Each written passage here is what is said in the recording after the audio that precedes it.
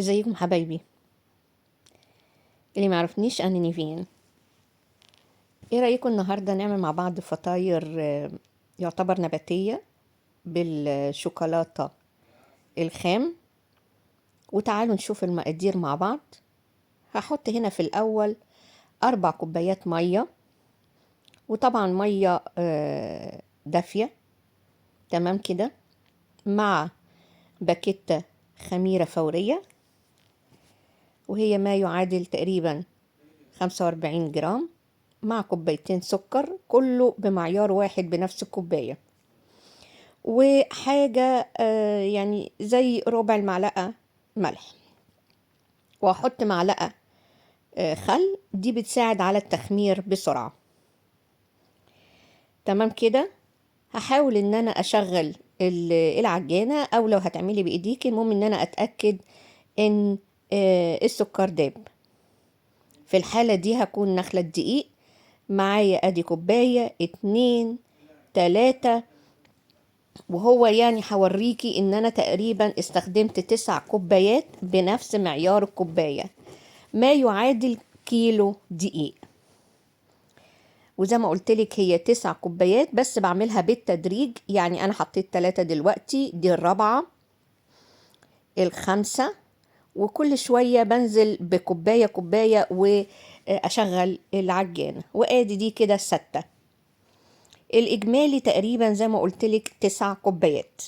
او لو مش هتستخدمي كوباية، انا كنت بستخدم انا بستخدم الكوباية، بس لو انت مش عايز تستخدمي كوباية ممكن زي ما قلت لك انا تقريبا عملت كيلو. تمام كده.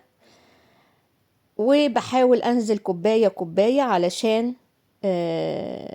يعني ما تتقلش معايا، ويبقى المقدار تقريبا مظبوط، لان انت عارفة طبعا برضو من دقيق لدقيق بيختلف ساعات، ربع الكوباية زيادة اقل يعني. المهم القوام يكون مظبوط. واخدت نص كوباية زيت اللي انت شايفاها دي بنفس معيار الكوباية. يبقى انا عملت 4 كوبايات مية دافية، 2 سكر، خميرة فورية باكيتة، وكمان حطيت معلقة خل، ربع معلقة ملح، نص زيت. تمام كده. و9 كوبايات دقيق. عجنتها كويس، هسيبها تتخمر، وتقريبا اتخمرت بعد ساعة لما حطيتها في الفرن وهي ومطفية طبعا. تمام كده. وسبتها تتخمر كده لمدة ساعة، خمرت معايا وبقت بالمنظر اللي انتوا شايفينه، جميل جدا. طبعا خرجت بره الطبق. هحاول ان انا ازقها لجوه. محضرة صينية فيها دقيق رشاه، علشان لسه هسيبها تخمر تاني بعد ما اشكلها دواير صغيرة زي العيش القرص كده صغنونة. تمام. دي شوكولاتة بحطها من جوه علشان الحشو من جوه شوكولاتة. طبعا انت لو عايزة اي حاجة حشو من جوه دي براحتك. تقريبا مقدار الكورة 25 جرام. يبقى انا عملت الكورة تقريبا 25 جرام زي ما انت شايفة كده. وبحاول ان انا احط في ايدي دقيق علشان العجين ما يمسكش مني، زي ما انت شايفة كده.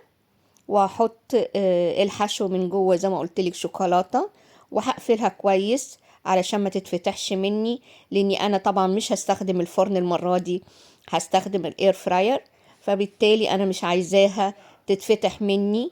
وبعملها قلت لك مقدار الكوره تقريبا 25 جرام.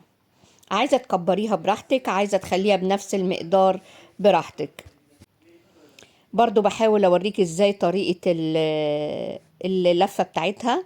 يعني انا بتأكد ان هي لا زي الكورة مغلقة، وبحاول املأ ايدي بالدقيق عشان ما يمسكش العجينة في ايدي. في طبعا ناس بتحب الزيت، لكن انا فضلت ان انا اعملها بالدقيق كده، فالعجينة ما بتمسكش في ايدي.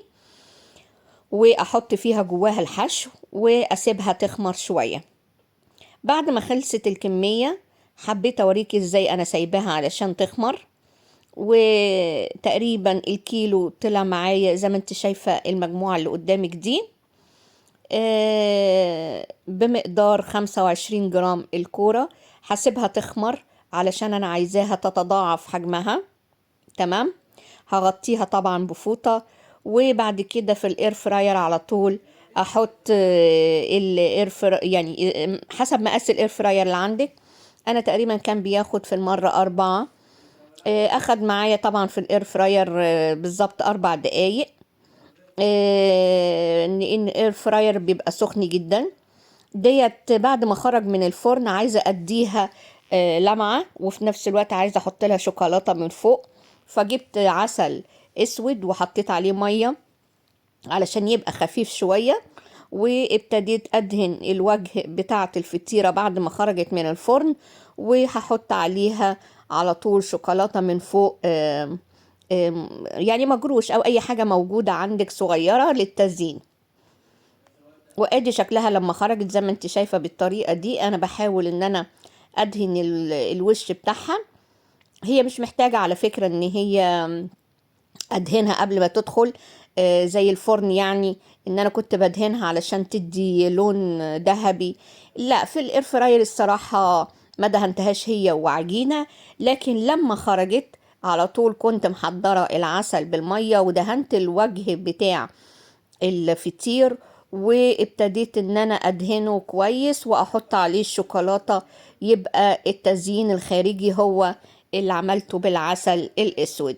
طبعا لو ما عندكيش عسل اسود ممكن برضو بعسل نحل، ممكن بشربات برضو عندك اللي هي مية وسكر، اي حاجة موجودة عندك، او ممكن طبقة خفيفة من المربى. وادي الشكل النهائي. شايفة قد ايه جميل وحلو وطري وهش، وبصراحة طلع نتيجته رائعة جميلة.